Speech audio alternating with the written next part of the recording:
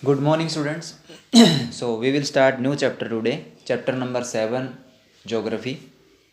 Name of this chapter is Lifelines of National Economy. As you see from the pictures, जैसे आपको picture में दिखाई दे रहा है, we will discuss about these things in this chapter.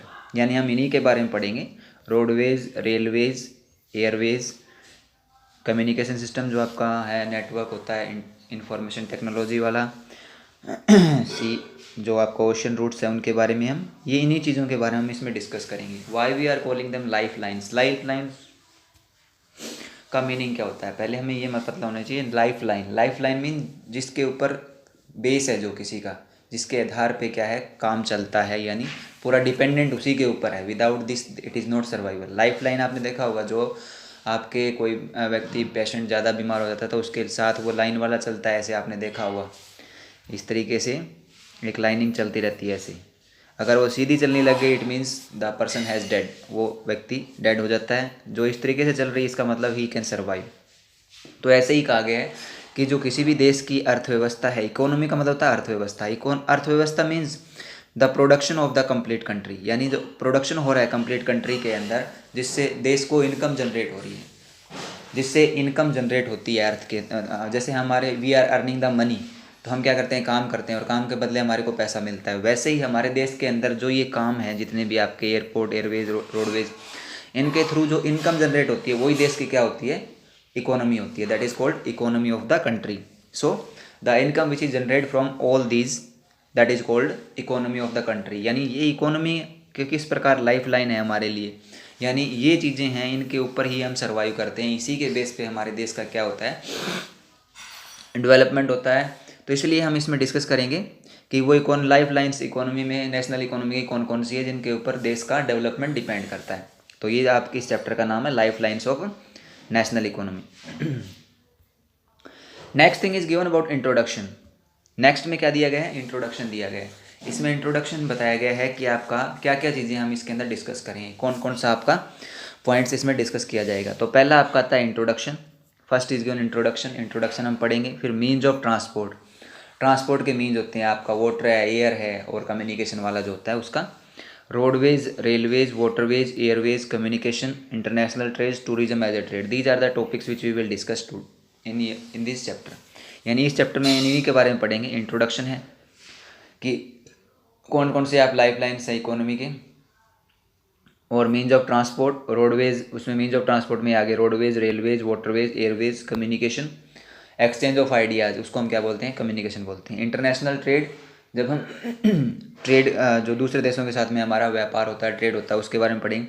And how tourism is a trade. Tourism का मतलब क्या होता है कि जो दूसरे देशों से हमारे देश में लोग आते हैं, so that is also a trade for us, क्योंकि उससे हमारे देश को क्या मिलती है, इनकम जनरेट होती है, हमारे देश को इनकम मिलती है.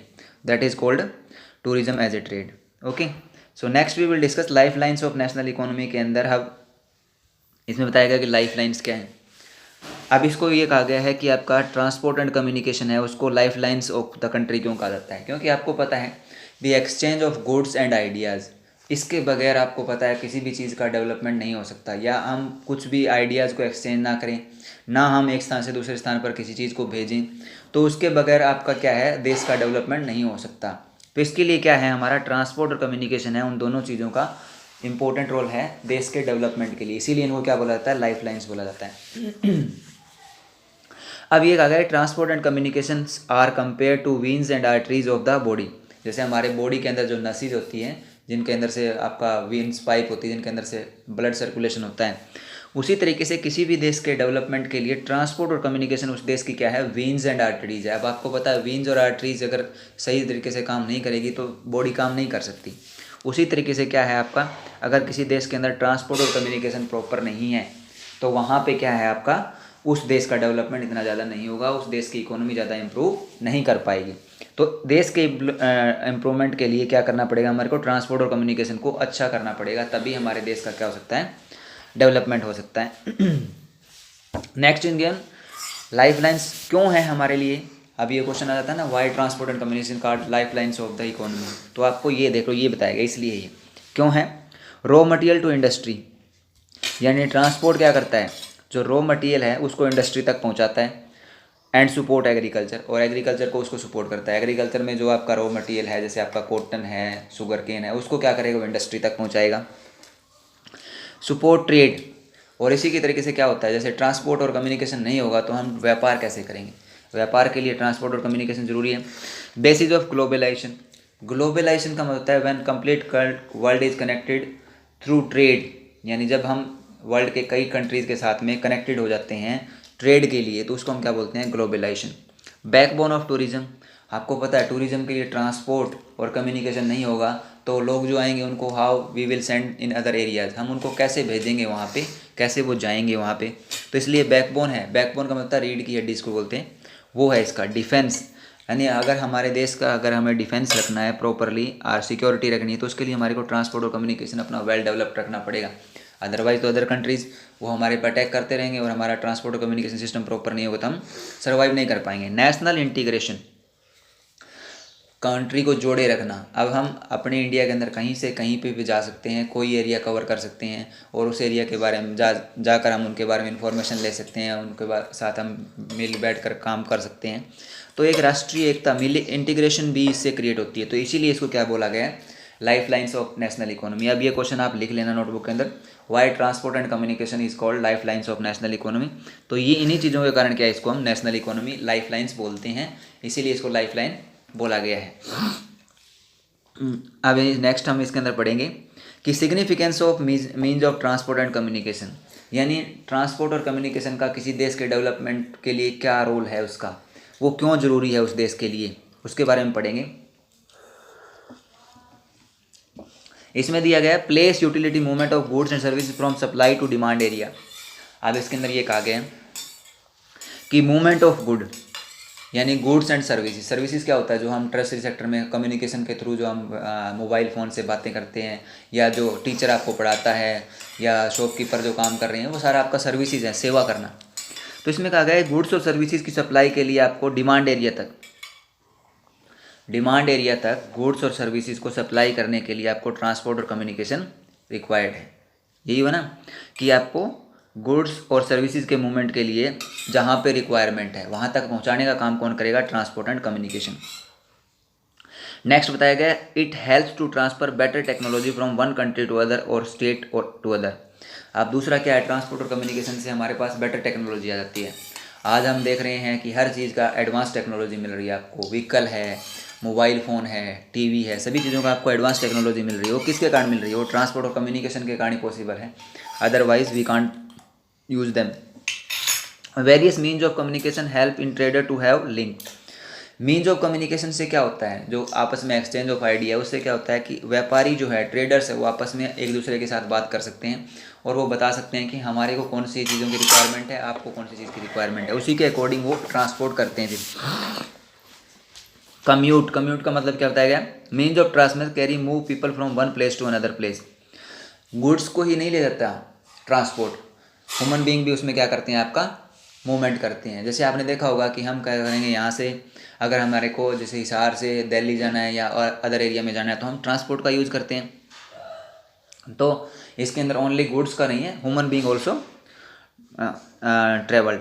It's shorten the distance between places. Transport के कारण क्या है, हमारा डिस्टेंस शॉर्ट हो गया है क्योंकि हम जल्दी पहुंच जाते हैं। अदरवाइज तो आपको पता है वहाँ तक पहुँचने में हमारे को टाइम लगता है। We can not survive on this, इस पर हम सर्वाइव नहीं कर पाते। अब इसमें बताया today the world has converted into large village with the help of efficient communication and fast moving transport. अब कहा गया कि आज के देखा जाए तो world has been converted, world है वो क्या हो गया, कन्वर्ट हो गया है एक विलेज के तौर पे। विलेज में आपको पता है आपको जाने में कितना टाइम लगता है, कुछ टाइम नहीं लगता। वैसे अगर आप दूसरे देशों में जाना चाहते हैं तो आपको पता है एरोप्लेन की मदद से आप 4 आवर 5 आवर्स में पहुंच जाते हैं। जो आपका रोडवेज में आपको 4 या 5 घंटे दिल्ली में या इधर जाने में लगता है, उतना टाइम आपको वहाँ जाने में लगता है दूसरे कंट्री में। इसका मतलब कि क्या हुआ कि एक गांव में हम जैसे मूवमेंट करते हैं ना, इधर से उधर चले गए, इधर से उधर चले गए, तो वैसे ही अब क्या हो गया, ट्रांसपोर्ट और कम्युनिकेशन सिस्टम डेवलप होने से पूरा वर्ल्ड क्या हो गया, एक हमारे लिए विलेज बन गया। पहले आपको नहीं पता हो तो पुराने समय में क्या होता था, इन द एंशिएंट टाइम, जब हमें इन चीज़ों के पास हमारा इतना डेवलपमेंट नहीं था, तो यूएसए है, अदर कंट्रीज है, वो हमारे लिए बहुत बड़ी चीज़ थी। जो आपके दादा दादी हैं उनके लिए, उनसे अगर पूछोगे तो आपके लिए, उनके लिए मुंबई बहुत बड़ा था। आज मुंबई आपको पता है, आप नॉर्मली सुनते हो, जा भी आते हैं। पहले मुंबई जाना भी बहुत बड़ा चीज़ थी, ठीक है, कंट्री तो बहुत दूर की बात थी। बट अब एट द प्रेजेंट टाइम आपने देखा है कि कितने लोग हमारे हरियाणा से, पंजाब से या पूरे इंडिया से कितने लोग बाहर जाते हैं, दे आर गोइंग आउटसाइड। और इतना हमारा ट्रांसपोर्ट सिस्टम डेवलप हो गया है। तो इसके कारण क्या हुआ है, हमारा ये फास्ट मूविंग ट्रांसपोर्ट होने से पूरा वर्ल्ड है वो एक विलेज की तरह बन गया है जिसमें हम घूमते रह सकते हैं।